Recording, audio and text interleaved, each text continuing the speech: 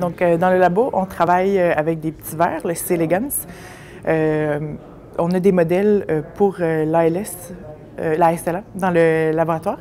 Puis, moi, je m'intéresse particulièrement aux microbiotes intestinales, donc toutes ces bactéries qui vivent dans nos intestins, puis comment ça peut avoir une influence sur l'évolution de la maladie ou comment ça peut protéger les neurones dans la maladie. Moi, c'est ce qui m'intéresse davantage.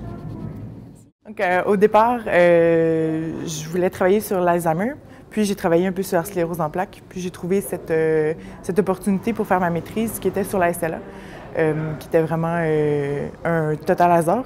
Puis je pense qu'une fois qu'on commence à s'initier à la SLA, on ne veut pas changer de domaine. C'est tellement une maladie où on manque de compréhension, où il y a un énorme travail à faire. Puis je pense que c'est très stimulant en tant que scientifique de vouloir travailler sur cette maladie-là, parce qu'on veut vraiment faire une différence en fait dans la vie des gens. Donc il y a beaucoup de choses qui se passent en ce moment dans la recherche pour la SLA, tant au niveau de la recherche de traitement, de cure qu'au niveau de la compréhension. La compréhension de comment la maladie fonctionne, comment elle se propage, comment elle évolue, c'est vraiment au cœur de notre compréhension. En fait, quand on va comprendre ça, ça va être beaucoup plus facile de trouver un traitement ciblé. Donc, il y a beaucoup de choses très intéressantes qui s'en viennent pour la SLA dans les prochaines années.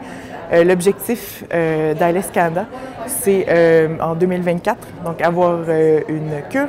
Je pense qu'on peut être assez optimiste, puis je pense qu'il y a des bonnes chances qu'on ait un traitement, au moins quelque chose qui augmente la qualité de vie ou qui retarde l'apparition des symptômes, du moins. Il y a des très belles choses, par exemple l'essai clinique sur le pimodine, qui est vraiment quelque chose de très intéressant. Donc, il y a beaucoup de communication entre les chercheurs. C'est quelque chose de très stimulant. Donc, je pense qu'il y a vraiment des belles choses qui s'en viennent pour des traitements pour la SLA dans les prochaines années. On a eu dans le laboratoire pour mon projet la Discovery Grant, en collaboration avec Brain Canada, ce qui permet vraiment de repousser les limites de mon projet. En fait, on travaille présentement avec les vers dans le laboratoire, puis cette subvention-là va nous permettre directement de passer à un autre modèle animal, soit la souris. Donc, ça va vraiment permettre de repousser les limites de mon projet, puis de faire des découvertes encore plus intéressantes, confirmer ce qu'on a fait. Voilà, donc sans cet argent-là, c'est certain qu'on ne pourrait pas repousser ces limites-là, en fait, puis faire d'autres découvertes.